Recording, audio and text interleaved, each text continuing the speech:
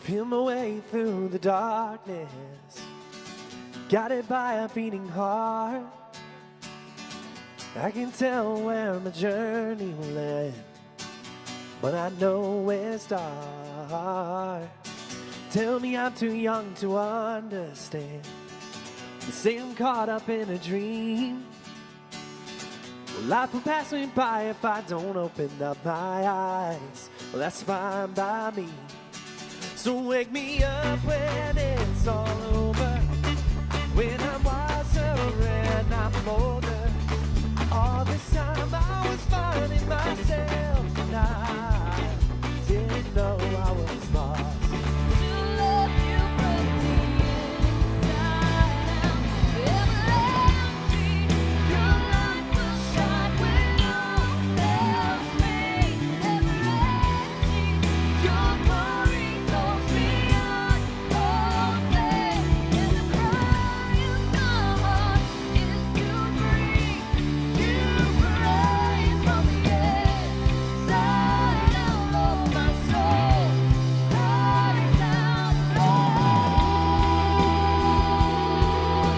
If you know the Lord's Prayer, what is it that we say?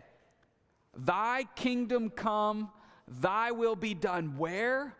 On earth as it is in heaven. And so the kingdom of heaven is really the work that we are supposed to be about while we live out our life on earth. We are to help bring in or live out the kingdom of heaven. So he goes on to tell this story to illustrate that. He called together his servants and entrusted his money to them while he was gone. He gave 5 bags of silver to one, 2 bags of silver to another servant, and 1 bag of silver to the last, dividing it in proportion to their abilities. And then he left on his trip. And so as the story would go, each of these servants took this financial investment that the master believed that they could handle, and they went to work. And we don't know how long the master was away, but eventually the master returns, and he comes to the first servant, and he says, "Hey, what did you do with the money that I entrusted to you?" And the first servant says, "You gave me 5 bags, and I earned 5 more. I doubled your investment." The master says, "Well done." The second servant comes up, and the master asks, and he says, "Well, you gave me 2, and I've doubled it. Here's 2 more for a total of 4. And the master's like, "Well done." And then the third servant comes up. "Well, how did you do?" "Well, I was afraid. You're a harsh master. And so I didn't want to risk it because I thought I was going to lose everything. And so I buried it. Here's your 1 bag of silver back." And the master is disappointed. He calls him wicked and lazy. He says, "Well, you couldn't even take it to the bank to earn a little interest?" And he takes the bag of silver away and gives it to the other 2 servants. And he says this. See, it's this principle that I think helps give clarity on how you and I can have our best year ever. Verse 29, he says, "To those who use well what they are given, even more will be given to them. And they will have an abundance.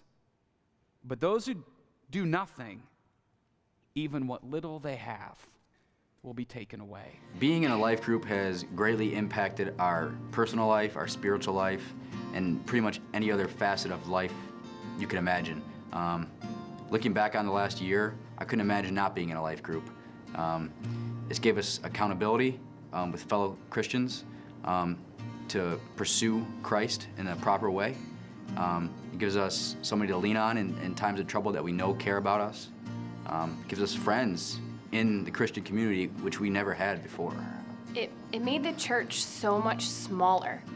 Before being in a life group, it was such a big church, and then that fellowship, getting to know people, made it so much smaller. Such a small church now. It's a lot more personal, for sure. Yes. We're becoming members because we believe that it is the highest form of commitment here at Cedar Creek. We've tossed around the idea for a while now, and we're doing a lot of the things that we should be doing, but this is one thing that we haven't done. And we feel that it's important because we believe that Cedar Creek's doing the right thing. Cedar Creek believes this is the greatest cause on the planet Earth, and so do we.